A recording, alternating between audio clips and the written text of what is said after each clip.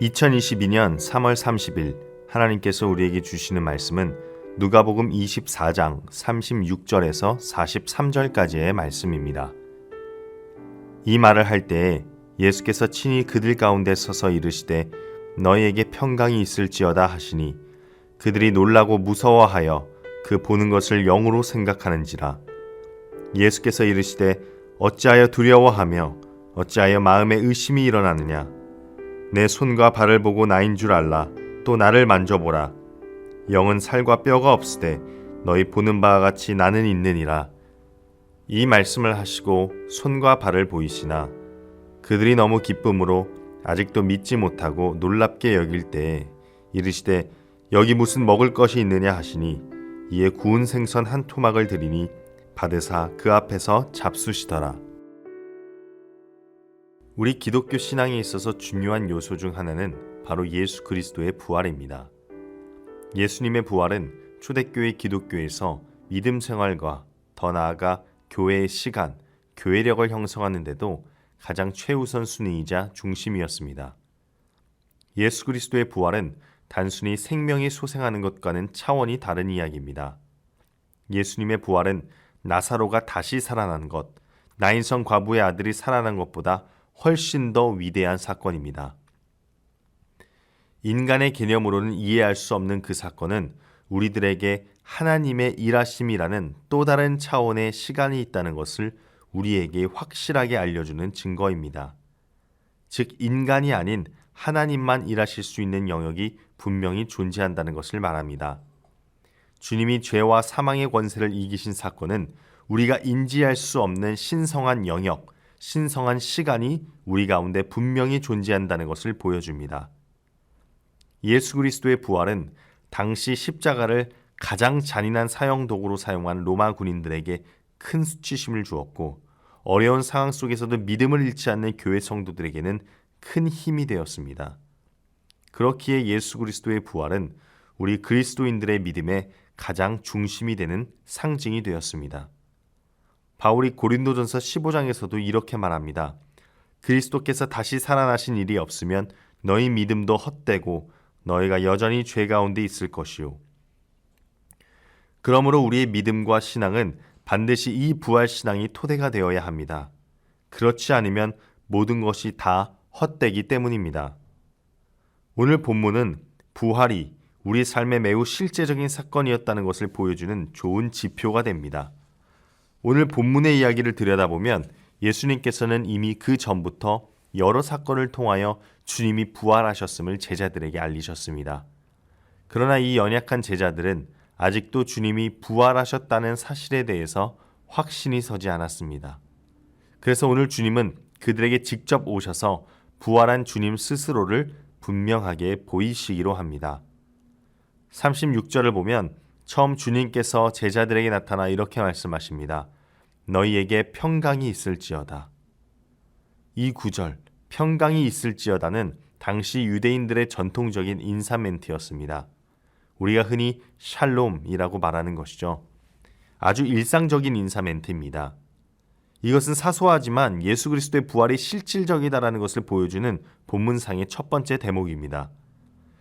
예수님께서 일상의 언어로 제자들의 일상의 삶에 들어오셔서 부활하신 몸을 보여줌으로 인하여 예수 그리스도가 죽음에서 부활한 것은 우리 인간의 세계와 동떨어진 어떤 신화적 이야기가 아니라는 것을 말해줍니다. 지금 우리가 놓여있는 이 동일한 시간선상에서 일어난 아주 실제적인 사건이었음을 우리는 알 수 있습니다. 사실 우리의 생각과 이성으로는 죽은 자가 부활한다는 것은 상상할 수 없는 일이죠. 제자들도 마찬가지였습니다. 이어지는 37절에서 제자들은 부활하신 예수님을 보며 놀라고 무서워하여 부활하신 주님을 영으로 생각하는지라 라고 나옵니다. 여기서 제자들이 영으로 생각한다 할 때 이 영은 유령을 뜻합니다. 제자들은 물 위로 걸어오시는 예수님을 유령으로 여긴 적도 있죠.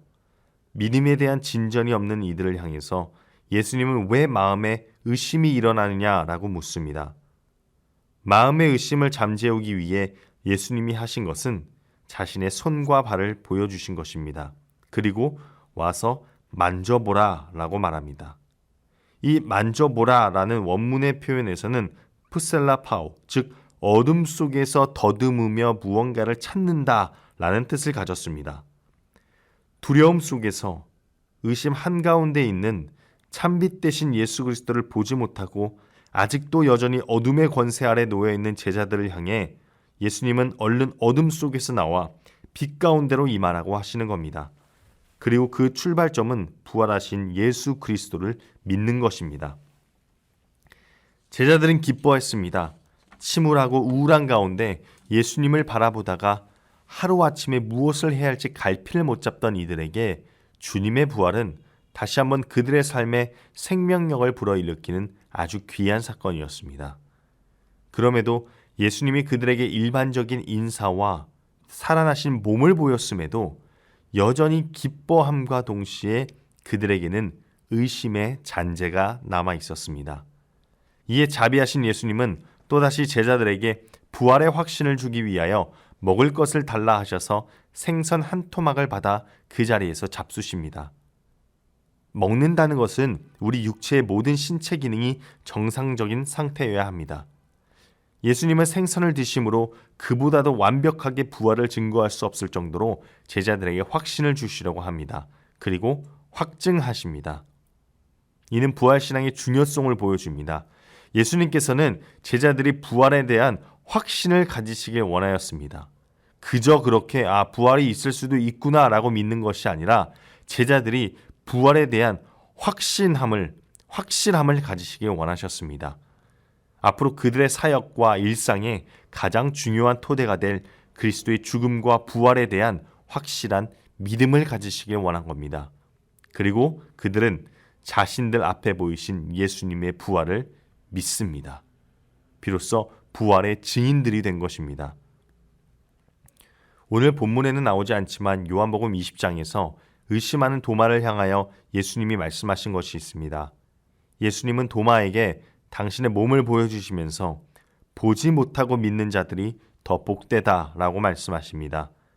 이는 예수님께서 승천 이후 이제 더 이상 부활하신 예수님의 몸을 육체적으로 직접 볼 수는 없지만 말씀과 성령의 역사로 부활을 확신하는 자들에게 그리고 우리들을 향하여 주시는 위로의 말씀과도 같습니다.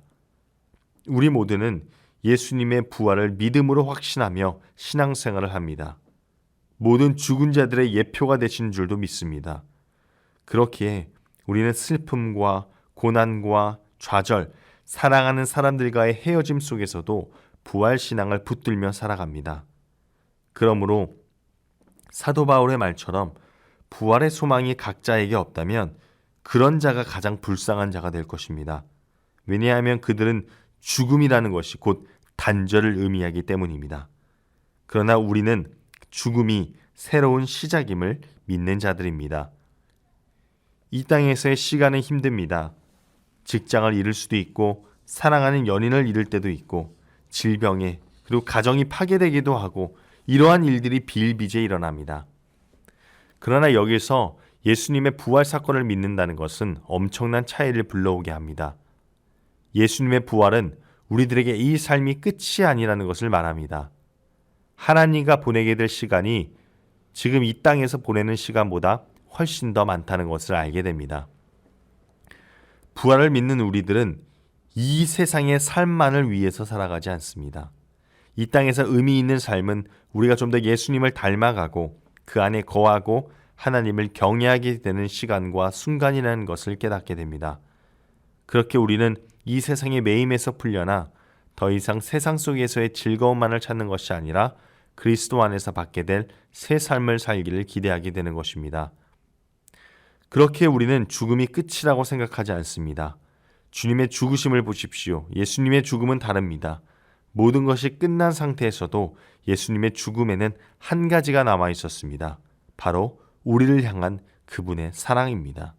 그 사랑은 죽음을 삼켜버렸고 그 결과 예수님은 부활하셨습니다. 마찬가지로 예수님의 사랑이 우리의 죽음을 삼켜버리도록 한다면 우리는 예수님처럼 다시 살아날 수 있습니다. 이를 위해 우리는 예수 그리스도가 먼저인 삶을 살아가며 옛것을 버리고 그분 안에 거하는 사람으로 살아가야 할 것입니다. 주님의 다시 살아나심은 일반인인 우리들의 삶과는 다소 거리가 있게 느껴지는 것이 사실입니다. 하지만 그분은 죄와 허물이 없는 하나님의 아들인 것을 감안하면 죽음을 이기고 다시 살아나신 것이 당연한 이야기가 될 수도 있습니다. 다시 살아나신 부활의 동기가 우리를 향해 있다고 생각하게 될 때 이 부활의 이야기는 우리에게 다르게 다가옵니다. 바로 이 위대한 기적의 이야기의 중심과 시작에는 우리가 있기 때문입니다. 우리를 향한 예수 그리스도의 사랑이 있기 때문입니다. 어떤 측면에서 우리의 삶은 예수님이 죽으신 무덤에서 시작하여 끝날 수도 있습니다. 그것은 어둠으로 가득 차 있고 생기도 없고 목적도 없으며 지금 이 순간만을 즐기라는 얕고 천박한 생각들로만 채워져 있기 때문입니다. 이처럼 죽음을 향해 가는 우리의 삶에 부활하신 예수님이 함께 하실 때 비로소 무덤의 문은 봉인이 해제되어 열립니다. 어둠에 묻혀있는 나를 환하게 비춰주는 생명의 빛이 들어오고 생기의 바람은 주변을 돌아볼 여유를 줍니다. 부활하신 주님이 함께 하실 때에야 우리는 참 생명을 지니고 살아갈 수 있습니다. 부활의 소망을 기쁨으로 간직하며 살아가는 여러분들이 되기를 주님의 이름으로 소망합니다. 기도하겠습니다. 하나님 아버지 감사합니다. 하나님 우리를 사랑하셔서 예수 그리스도를 보내주시고 또 그 부활의 기쁨을 보게 하심에 참으로 감사합니다. 우리의 삶이 좌절되고 넘어질 때마다 다시 살아나신 예수 그리스도를 바라보게 하시고 그 가운데서 우리가 이 땅 가운데 참된 소망이 누구인지를 깨닫는 그러한 자들 되게 하여 주시옵소서. 예수님의 이름으로 기도합니다. 아멘. 예수는 그리스도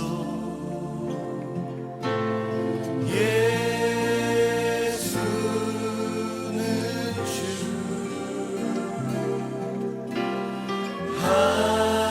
하나님의 영으로 경배드리리 예수는